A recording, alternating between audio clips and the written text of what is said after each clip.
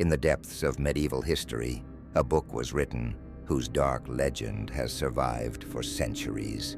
The Codex Gigas, known as the Devil's Bible. What kind of despair drives a religious man to invoke the devil? Can a book of great dimensions and hundreds of pages be written in a single night? Today, we unravel the mysteries and secrets that this colossal manuscript has hidden for more than 800 years. In the year 1230, at the heart of the Benedictine monastery of Podlasie, in what is now the Czech Republic, a monk named Herman the Recluse faced his darkest fate.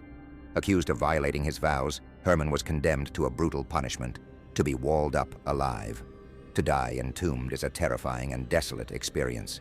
Imagine being placed in a dark and narrow space as the walls close in around you, sealing your fate with no chance of escape. As the confinement completes, you find yourself completely isolated, with no light, no fresh air, and no mobility. Despair takes hold of you as the lack of oxygen and unsanitary conditions begin to take effect. Time becomes an implacable enemy, and the psychological anguish intensifies as you confront the certainty that your death is inevitable and near. But Herman, in a desperate attempt to save himself, made a promise. He would write the largest book the world had ever seen, a monumental work that would include all the passages of the Bible and the wisdom of his time, and he would do it in a single night. The challenge was, of course, impossible. But when despair reaches its limit, darkness seems like the only way out. Nearing exhaustion, Herman invoked the devil. According to legend, Lucifer answered his call and offered to help him, but with two conditions. The first, that his soul would belong to him, and the second, that his image would be included in the book. Herman agreed, and with the dark power guiding his hand, he completed the Codex before dawn. When the sun began to light the monastery walls, the abbot and his companions entered Herman's cell. There, on a table, they found the complete manuscript, just as he had promised. This incredible book, known today as the Codex Gigas, contained a complete version of the Bible, along with historical texts, such as the works of historian Flavius Josephus and the etymologies of Saint Isidore of Seville. It also included magical spells, medicinal remedies, and a necrological list, but the most chilling detail of all was on page 290, where Herman, fulfilling his pact, had drawn the image of the devil, with its pages made of animal parchment and weighing nearly 75 kilograms. This colossal manuscript became one of the largest of the Middle Ages, both in its physical size and its sinister reputation. Although the story of its origin is legendary, the fact is that the Codex Gigas exists and is now preserved in the National Library of Sweden in Stockholm. It is the largest known medieval manuscript, measuring 92 centimeters high, 50 wide, and 22 thick. But how could a single person have written such a vast book? Experts have estimated that completing a work of this magnitude would have taken about 30 years of its author's life. National Geographic, in its documentary, The Devil's Bible, confirmed that the entire text was written by a single person, using a unique ink made from crushed insects. This fact, while fascinating, continues to fuel theories that the devil's intervention was not just a legend. The fate of the Codex Gigas is filled with dark twists.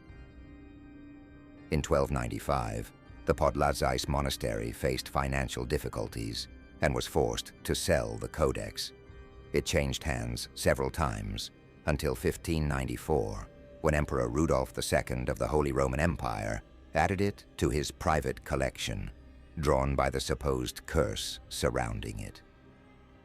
Rudolf II, known for his obsession with the occult, surrounded his court with astronomers, alchemists, and magicians. For him, the Codex Gigas was the most valuable piece in his collection, alongside other curious objects such as a supposed unicorn horn and the skeleton of a giant. But the story of this emperor ended in madness and abdication, and the Codex passed into the hands of Queen Christina of Sweden, who also considered it a dangerous piece. The Codex Gigas survived not only the passage of time but also disasters. In 1655, during a fire in a Swedish castle, legend has it that a monk saved the manuscript by throwing it out of a window. Miraculously, it landed without apparent damage, as if some supernatural force had protected it. Though these stories remain part of folklore, the Codex suffered damage over the centuries. However, it has been restored, and today anyone can consult it digitally through the Swedish National Library's website. But who would dare to explore its pages and face the darkness that may reside between its lines? The influence of the Codex has endured over the centuries. In 1751, Swedish historian Magnus von Kelså included it in his catalogue, highlighting its importance and the mysticism surrounding it.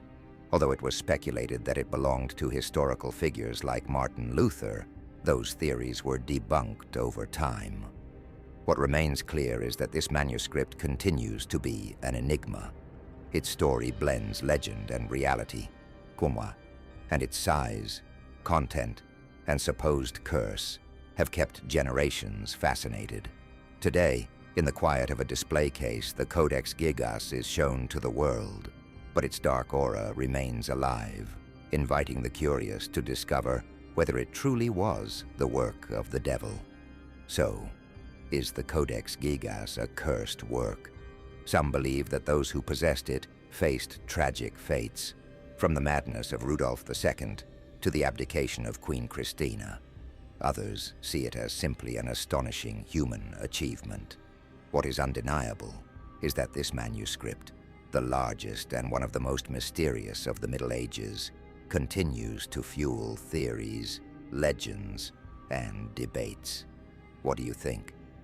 Could the Codex Gigas have been written with the devil's help, or is it just another mysterious legend surrounding a book in history?